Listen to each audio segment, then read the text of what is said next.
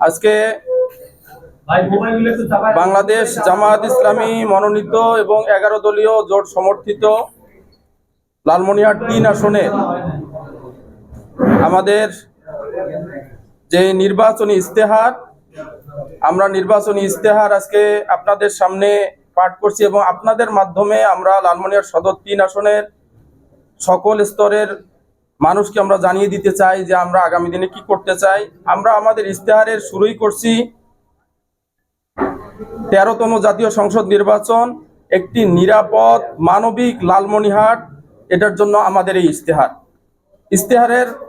আমরা মূল বিষয়গুলো আপনাদের সামনে একটু পড়ছি। আর আপনাদেরকে যেহেতু এই ইস্তেহার দিয়ে দেওয়া হয়েছে, আশা করি সেখান থেকে আমরা সবকিছু পেয়ে যাবো ইনশাআল্লাহ। আমরা ইস্তেহারের কয়েকটা দফা রেখেছি। প্রথম দফা রেখেছি আমরা শিক্ষা খাত, দ্বিতীয় রেখেছি কৃষি খাত, তৃতীয় হলো যোগাযোগ দুর্যোগ ব্যবস্থাপনা ও পুনর্বাসন খাত, চতুর্থ চিকিৎসা খাত, পঞ্চম দারিদ্র বিমোচন, ষষ্ঠ বনায়ন, সপ্তম পর্যটন কেন্দ্র, অষ্টম নদী, নবম হলো যুব ও ক্রীড়া খাত, দশম হলো সুশাসন উন্নয়ন ও সামাজিক সুরক্ষা। এখান থেকে মৌলিক কয়েকটা বিষয় শুধু আপনাদের সামনে আমি পাঠ করেই শেষ করব ইনশাআল্লাহ।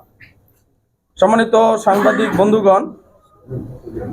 আমরা প্রথম যেটা রেখেছি সেটা হলো শিক্ষা খাত। শিক্ষা খাতে আমরা রেখেছি যে মানসম্মত ও শতভাগ সাক্ষরতা নিশ্চিতকরণ, প্রতিটি ইউনিয়নে প্রয়োজনীয় অবকাঠামো সহ ডিজিটাল সুবিধা সম্পন্ন স্মার্ট স্কুল স্থাপন, কারিগরি শিক্ষার প্রতি বিশেষ গুরুত্ব আরোপ, ইউনিয়ন ভিত্তিক ফ্রিল্যান্সিং ও আইটি প্রশিক্ষণ কেন্দ্র স্থাপন করে তরুণদের প্রশিক্ষণের আওতায় আনয়ন, মেধাবী শিক্ষার্থীদের উচ্চশিক্ষা সহায়তার জন্য গ্লোবাল ট্যালেন্ট প্রোগ্রাম চালুকরণ। কৃষি খাতে আমরা রেখেছি ধান, ভুট্টা, আলু সহ সকল প্রকার সবজি ও ফসলের ন্যায্য মূল্য নিশ্চিত করতে এখানে কৃষক বাজার স্থাপন, কৃষি উপকরণে ভর্তুকি ও ডিজিটাল কৃষি সেবা প্রদান, তিস্তা চরাঞ্চলে ভাসমান কৃষি প্রকল্পের উদ্যোগ গ্রহণ, কৃষি পণ্য সংরক্ষণের অধিক সংখ্যক কোল্ড স্টোরেজ ও প্রক্রিয়াজাতকরণ কেন্দ্র স্থাপন, মানুষের অর্থনৈতিক মুক্তি ও বেকারত্ব দূরীকরণের লক্ষ্যে এই অঞ্চলে একটি অর্থনৈতিক জোন প্রতিষ্ঠা, কৃষকদের বিনা সুদে ঋণ প্রদান, আলু, গম, ভুট্টা এবং আম কেন্দ্রিক ফুড প্রসেসিং ইন্ডাস্ট্রি চালুকরণ। তৃতীয়ত যোগাযোগ ব্যবস্থায় আমরা রেখেছি লালমনিরহাট সদর উপজেলার সকল কাঁচা রাস্তাকে অগ্রাধিকার ভিত্তিতে পাকাকরণের উদ্যোগ গ্রহণ, প্রয়োজনীয় ব্রিজ কালভার্ট নির্মাণের প্রকল্প গ্রহণ, সকল রাস্তা প্রয়োজন মাফিক প্রশস্তকরণ এবং যানজট এড়ানোর জন্য বাইপাস সড়কের ব্যবস্থা করা, রেল যোগাযোগ সুবিধা বৃদ্ধি এবং বন্ধ হয়ে যাওয়া বিমানবন্দর চালু করার উদ্যোগ গ্রহণ,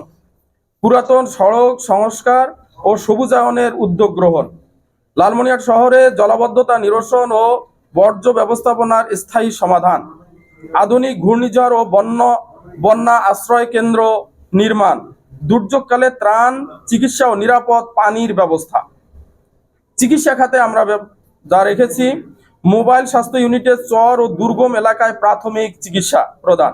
কমিউনিটি ক্লিনিকে জরুরি সেবা চালুকরণ, সরকারি হাসপাতাল আধুনিকীকরণ ও সেবার মান উন্নয়ন। এটার পাশাপাশি আমরা এই বিষয়টা আপনাদেরকে বলি যে আমরা হাসপাতালে ওয়ান স্টপ সার্ভিস চালু করার আমরা ব্যবস্থা করবো ইনশাআল্লাহ। ওয়ান স্টপ সার্ভিস, স্বাস্থ্যগত খাতে সকল বিভাগে সুচিকিৎসা নিশ্চিত করা, বেসরকারি হাসপাতালে চিকিৎসার মান নিশ্চিত করা, ইউনিয়ন ভিত্তিক কমিউনিটি ক্লিনিকের মাধ্যমে স্বাস্থ্যসেবা জনগণের দোরগোড়ায় পৌঁছে দেওয়া, গ্রাম পর্যায়ে মাতৃত্বকালীন সেবা, নারী ও শিশুদের পুষ্টি নিশ্চিতে পারিবারিক স্বাস্থ্য কর্মসূচি চালুকরণ, প্রতিটি ওয়ার্ডে হেলথ ভলান্টিয়ার নিয়োগ, মডেল গ্রাম প্রকল্পে শিক্ষা, স্বাস্থ্য, বাসস্থান ও পয়ঃনিষ্কাশন নিশ্চিতকরণ, গ্রাম ক্লিনিক থেকে স্পেশালিস্ট রেফারেল সিস্টেম চালুকরণ, অ্যাম্বুলেন্স সেবা বৃদ্ধি, দরিদ্রদের জন্য কম খরচে বা বিনামূল্যে চিকিৎসা নিশ্চিত করতে স্বাস্থ্য সেবা কার্ড চালুকরণ।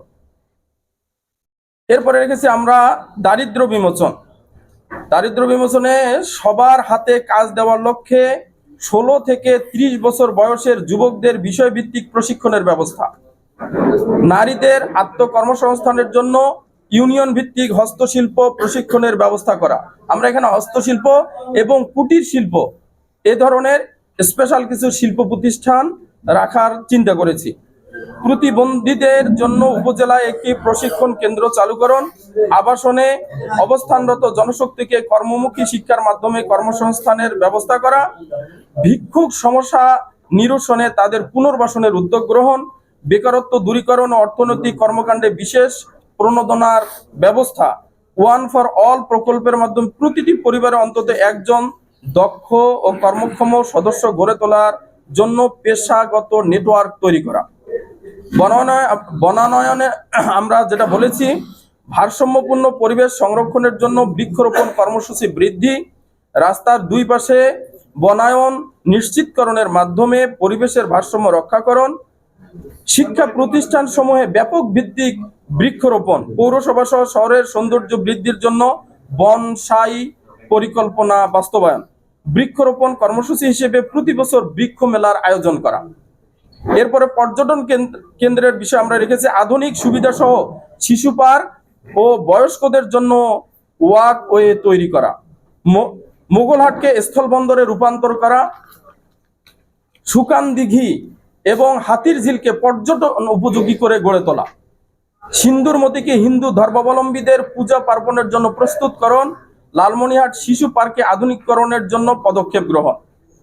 নদীর ব্যাপারে আমরা বলেছি তিস্তা ও ধরলা নদীর ভাঙ্গন রোধে প্রয়োজনীয় বাঁধ নির্মাণ, নদী শাসনের জন্য ড্রেজিং কার্যক্রম বাস্তবায়ন, নদী ভাঙ্গন এড়াতে ভাঙ্গন প্রবণ প্রতিটি পয়েন্টে ব্লক ও ডাম্পিং জিও টিউবের মাধ্যমে স্থায়ী ও টেকসই বাঁধ নির্মাণ, ভাঙ্গন রোধে ও পরিবেশের ভারসাম্য রক্ষায় নদীর তীরে বিভিন্ন প্রজাতির গাছ লাগানো, নদী ভাঙ্গন রোধে অবৈধ বালু উত্তোলন বন্ধকরণ।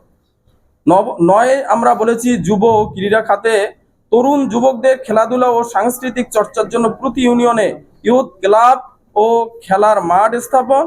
প্রতিটি শিক্ষা প্রতিষ্ঠানের খেলার মাঠ সম্প্রসারণ ও ক্রীড়া সামগ্রী সরবরাহ, সুশাসন উন্নয়ন ও সামাজিক সর্বশেষ যেটা আমরা বলেছি ধর্ম বর্ণ নির্বিশেষে নিরাপদ লালমনিরহাট সদর গড়ে তোলা, ওয়ার্ড পর্যায়ে গণশুনানি ও জন তদারকি, দুর্নীতি বিরোধী পর্যবেক্ষণ কমিটি গঠন, মাদক ও সন্ত্রাস মুক্ত লালমনিরহাট সদর গঠন করা, দুর্নীতিমুক্ত ডিজিটাল স্থানীয় সরকার আর জিরো ক্রাইম কমিউনিটি সিস্টেম চালু করার আমরা উদ্যোগ গ্রহণ করব ইনশাআল্লাহ। সম্মানিত সাংবাদিক বন্ধুগণ, এর মাধ্যমেই আমাদের যে নির্বাচনী ইস্তাহার এটা আপনাদের সামনে আমরা তুলে ধরলাম। আশা করি আপনাদের মাধ্যমে আমরা আমাদের লালমনিরহাট সদর 3 আসনের যে জনগণ আছেন, ভোটার বৃন্দ আছেন, তাদের কাছে আমরা এটা পৌঁছাতে পারবো ইনশাআল্লাহ।